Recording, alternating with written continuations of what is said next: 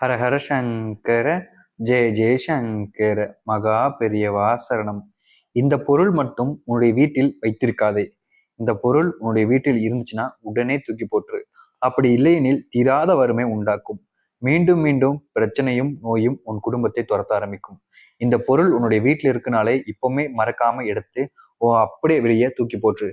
அதை மறந்தாப்புல நீ வீட்டில் வச்சிருக்க அப்படின்னாலே கண்டிப்பா பெரிய அளவுல உன் வீட்டு முழுக்க பாத்தீங்கன்னா பிரச்சனையும் தீராத விஷயங்களும் நடந்துகிட்டே இருக்கும். அதனால எந்த ஒரு நாளாக இருந்தாலும் அதாவது சரி, நீ எப்பனாலும் சரி, இந்த ஒரு பொருள் உன் வீட்டுல இருக்கு நீ பார்த்துட்ட அப்படின்னாலே அதை அப்பவே எடுத்து வெளியே போட்டுரு. அப்படி நீ இந்த ஒரு பொருளை எடுத்து வெளியே போடலை அப்படின்னா கண்டிப்பா பெரிய பிரச்சனைக்குள்ள நீ போயிடுவ.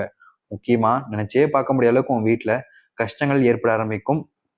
வறுமை நாள் தாக்கி உன் குடும்பம் முழுவதும் ஒவ்வொரு நாளும் தவிக்கக்கூடிய ஒரு விஷயமா மாறிடும். அதனால நீ மறக்காம இந்த ஒரு பொருட்கள் உன் வீட்டுல இருக்கு, உன் கண்ணுல தட்டுப்பட்டுச்சுன்னா அப்பவுமே எடுத்து நீ தூக்கி போட்டுரு. உன் வீட்டுல கூடிய யார் என்ன சொன்னாலும் கேட்காத. அப்படி நீ அவங்க சொல்றாங்க வேணும்னு நினைக்கிறாங்கன்ட்டு நீ வீட்டுல வச்சிருந்தீங்கன்னா அது அனைத்தும் உன் வீட்டில் வறுமையும் நோயையும் தான் கொண்டு வந்து சேர்க்கும். இது ரொம்ப சக்தி வாய்ந்த ஒரு விஷயம். அதனால வீட்டுல இந்த பொருளை நீ எப்ப பார்த்தாலும் சரி அதை உடனே தூக்கி போடு. அந்த பொருள் என்னென்ன, அதை என்ன செய்ய வேண்டும் என்பதை பற்றி நாம் தெளிவாக பார்ப்போம். அதற்கு முன்பு நம்முடைய சேனலுக்கு நீங்கள் ஒரு புதிய பார்வையில் பெண் சேனலை மறக்காம சப்ஸ்கிரைப் பண்ணிக்கோங்க. பக்கத்தில் கூடிய பெல் ஐக்கனையும் கிளிக் பண்ணிக்கோங்க. அப்பதான் நான் போடக்கூடிய எந்த ஒரு தகவலாக இருந்தாலும் உங்களுக்கு உடனே நோட்டிஃபிகேஷன் வந்து கொண்டே இருக்கும். உங்களுடைய வீட்டுல நீங்க அதாவது முதல் விஷயமா இருக்கக்கூடிய விஷயம் வேற ஒண்ணும் இல்லைங்க.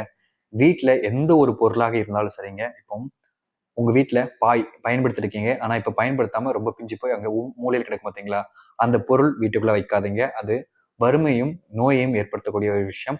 அது இருந்துச்சுன்னா அப்பவுமே தூக்கி வெளியே போட்டுருங்க. அதை எடுத்து பிஞ்சு போன செருப்பு, பயன்படுத்தாத செருப்பு அதெல்லாம் வீட்டுல வச்சிருப்பாங்க, அதையும் நீங்கள் தூக்கி போட்டுருங்க. பயன்படுத்தப்படாத எலக்ட்ரிக்கல் சாமான்கள் ஏதாவது இருந்துச்சுன்னா, அதாவது பாத்தீங்கன்னா ஃப்ரிட்ஜ் இல்ல வேற ஏதாச்சும் எலக்ட்ரிக் சம்பந்தப்பட்ட சாமான்கள்லாம் பயன்படுத்தாம வச்சிருக்கீங்க வீட்டுல இருக்குதுன்னா அது அனைத்தையும் தூக்கி போடுங்க.